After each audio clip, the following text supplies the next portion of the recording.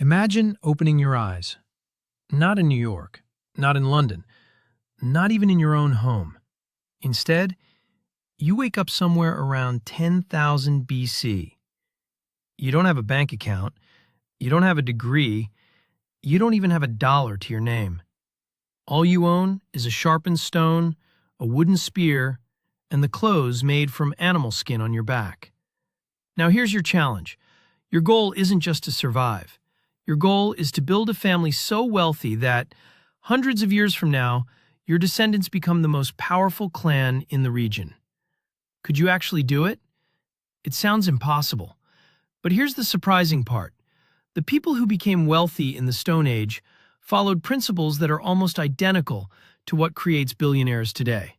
Money changes, technology changes, but the rules of wealth have barely changed at all.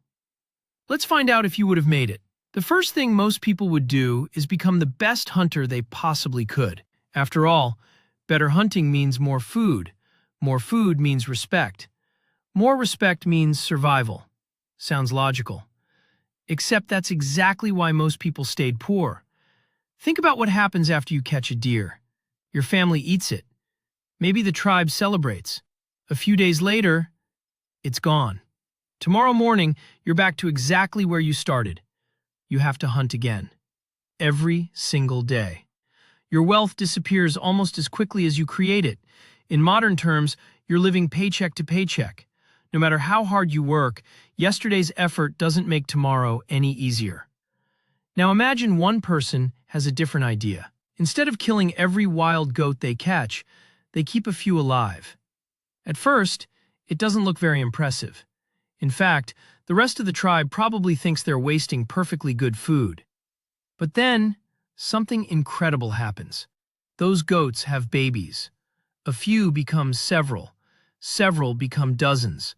Without hunting any harder, their wealth starts growing on its own. For the first time, they own an asset that reproduces itself. That simple decision changes everything. This wasn't just the birth of farming, it was the birth of compound growth. The wealthiest people throughout history have always found ways to own assets that keep producing value long after the work is done. Back then, it was livestock. Today, it might be businesses, investments, intellectual property, or software. The principle is exactly the same. Once you've accumulated animals, another problem appears. Where do you keep them? Animals need food. Food needs land. And suddenly, the most valuable thing in the world isn't your spear anymore. It's fertile ground. Most tribes constantly moved from place to place, following migrating animals and changing seasons. But eventually, some families noticed something. Certain valleys produced better harvests. Certain rivers never dried up. Certain locations remained productive year after year. Instead of chasing resources, they controlled the places where resources naturally appeared. That one decision transformed human civilization. Because once you own productive land, every future harvest becomes easier. The land keeps working whether you're awake or asleep. Today, we still see exactly the same idea. A great business location, a profitable factory, a valuable website, a patent. They're all versions of productive assets. The people who own productive assets spend less time chasing opportunities because opportunities naturally come to them. Now imagine you've become one of the wealthiest families in your village. You have fertile land, healthy livestock, enough food to survive every winter. At this point, most people would stop. But the truly wealthy saw something everyone else missed. No village had everything. One region had beautiful obsidian perfect for making tools. Another had rare salt that preserved food. Another produced pottery. Another made exceptional weapons. Each village possessed something others desperately wanted. Most people traded only when they needed something. The wealthy realized something much bigger. What if you became the person connecting all of them? Instead of making the products yourself, you become the bridge between producers. One successful journey creates profit. Dozens of successful journeys create trust. Eventually, Everyone depends on you. History repeats this pattern over and over again. The Silk Road made merchants richer than kings. Venice became powerful because it controlled trade. The Medici family built enormous wealth by financing commerce. Today, companies like Amazon rarely manufacture the products they sell. They own the marketplace. They control distribution. The lesson hasn't changed in thousands of years. Owning the network is often more valuable than owning the product. As villages became larger, another transformation quietly reshaped the economy.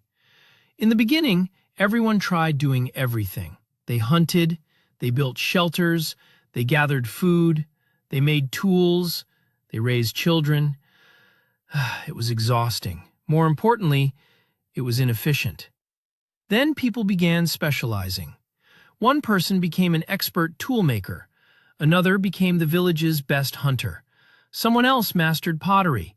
Another understood medicine better than anyone else. Suddenly, productivity exploded. Instead of being average at everything, people became exceptional at one skill. And because they became exceptionally valuable, they could trade that value for everything else they needed. This is the foundation of every modern economy. Software engineers don't grow their own food. Doctors don't manufacture smartphones. Architects don't build every brick themselves. Everyone specializes. Everyone trades. Everyone becomes wealthier together. Perhaps the biggest mistake would be believing your wealth is secure forever. Imagine you've succeeded. Your family owns land, animals, trade relationships. People respect your name. Then one day, you're gone. What happens next? History gives us the answer. Many wealthy families disappeared almost immediately. Their children inherited the assets, but not the knowledge. Others stayed powerful for generations. Why? Because they understood that knowledge compounds just like wealth. Parents taught their children how to negotiate, how to recognize opportunities, how to solve problems, how to build relationships, how to think long-term. The greatest inheritance was never land. It was wisdom. Even today, studies consistently show that many families lose significant wealth within just a few generations, not because the money vanished overnight, but because the mindset disappeared first. Money can be inherited. Judgment cannot. Every generation has to earn that again. And that's where the biggest surprise of this entire story appears. If you compare the richest families in the Stone Age with the richest people alive today, they're playing almost exactly the same game. Stone Age wealth came from controlling food. Today, wealth comes from controlling businesses. Stone Age wealth came from fertile land. Today, it's productive assets and real estate. Stone Age wealth came from trade routes. Today, it's platforms, logistics, and digital networks. Stone Age wealth came from teaching the next generation. Today, it's education, financial literacy, and passing down knowledge. The assets evolved. The technology evolved. The world evolved. But human incentives stayed remarkably consistent. Real wealth has never been about collecting shiny objects. It's never been about looking rich. It's about owning things that continue creating value after you've stopped working. That's the secret early farmers discovered. It's the secret merchants use to build empires. It's the same principle behind many of today's most successful companies. And it raises one fascinating question. If you were born into the Stone Age, knowing everything you know today, would you spend your life chasing the next meal? Or would you recognize the first opportunity to build something that could outlive you? Because every generation has its own version of fertile land, its own version of livestock, its own version of the Silk Road. The people who build extraordinary wealth are rarely the first to work hard. They're the first to recognize what the next productive asset looks like. The only question is, what is ours?